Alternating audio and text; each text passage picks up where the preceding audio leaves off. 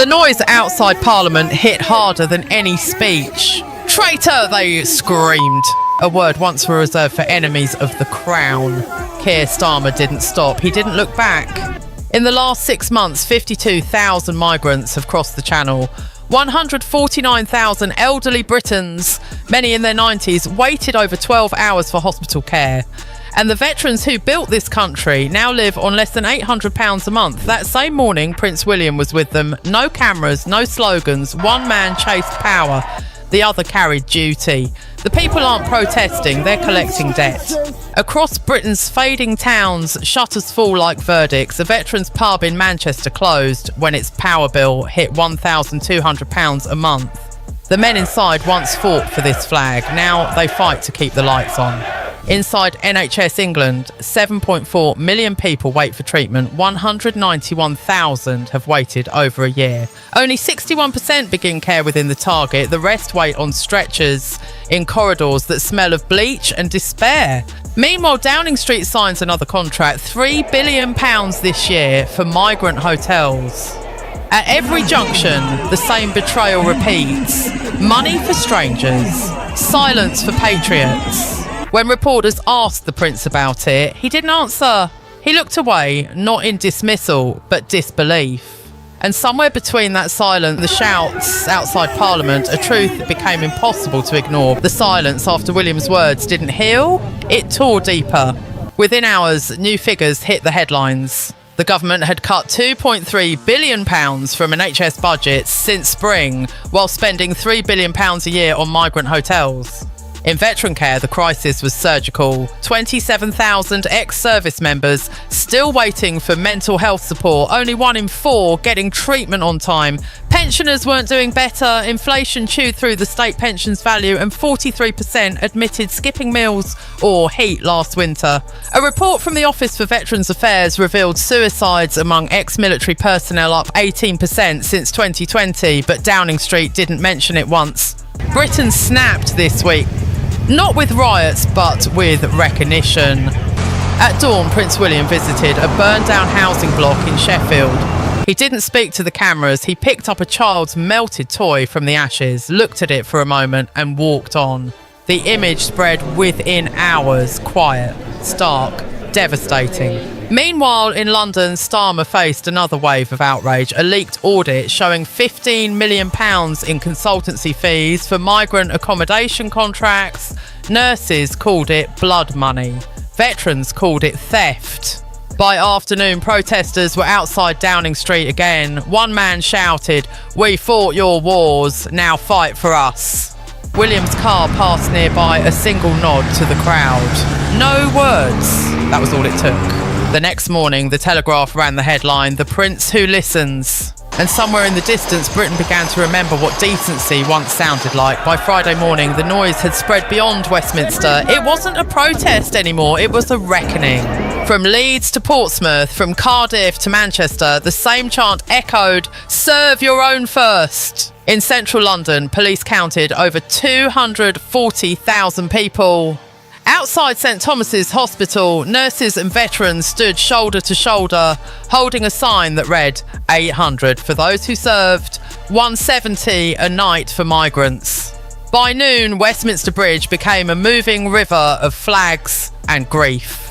A former Royal Marine, Peter Lawson, told reporters, "We fought your wars, now we're fighting your bills." Police drones mapped the crowd stretching 3 miles down Whitehall.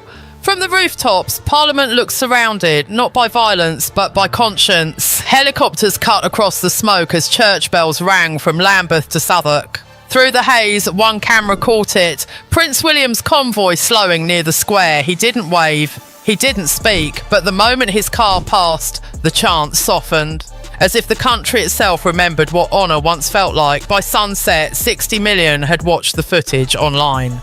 And for the first time in years, Britain's outrage carried something deeper than anger. It carried recognition.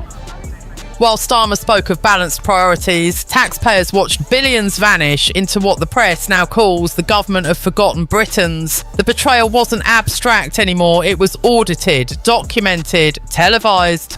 Britain wasn't just angry, it was humiliated, and the question now echoed from every pub to every ward. How much more will the nation give before it finally takes back what's owed? He didn't need to speak, the image said enough.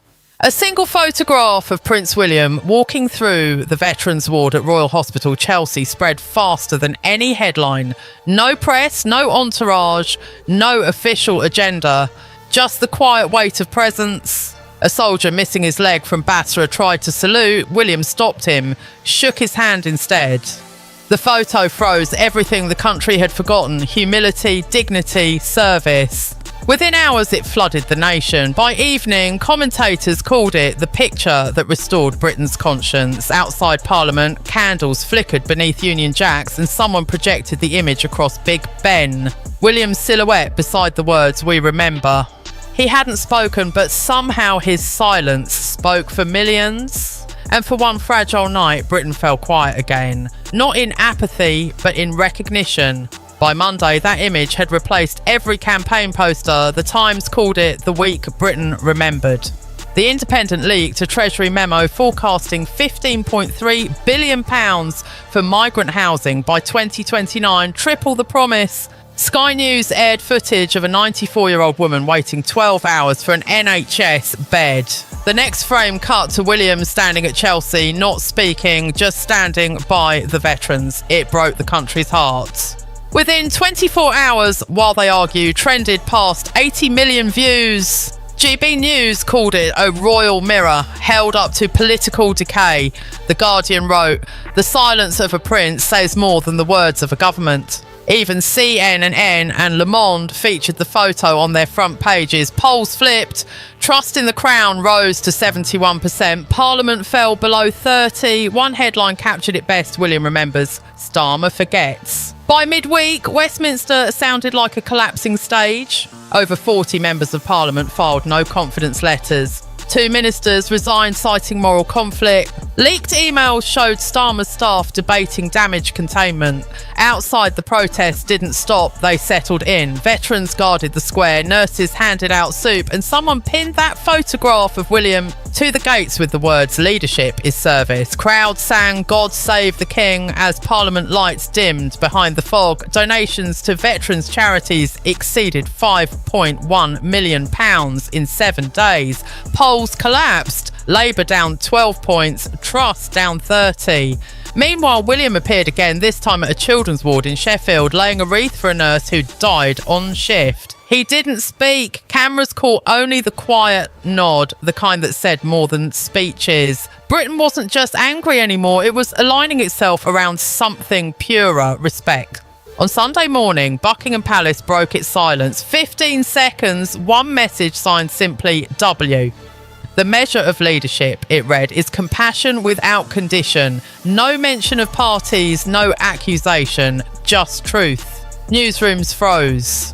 4 ministers cancelled appearances. That evening, the BBC replayed William's visit to Chelsea, his hand on the veteran's shoulder fading to the palace crest. Public reaction was seismic. 78% said the prince had shown more moral leadership than the government. Across the nation, murals appeared, William bowing his head beside the words, "Service is sacred." In Glasgow, one banner hung from a church read, "He didn't campaign," he reminded. Analysts called it the quiet intervention that shook Westminster. Parliament's crisis meetings turned desperate, but for millions, the message had already landed.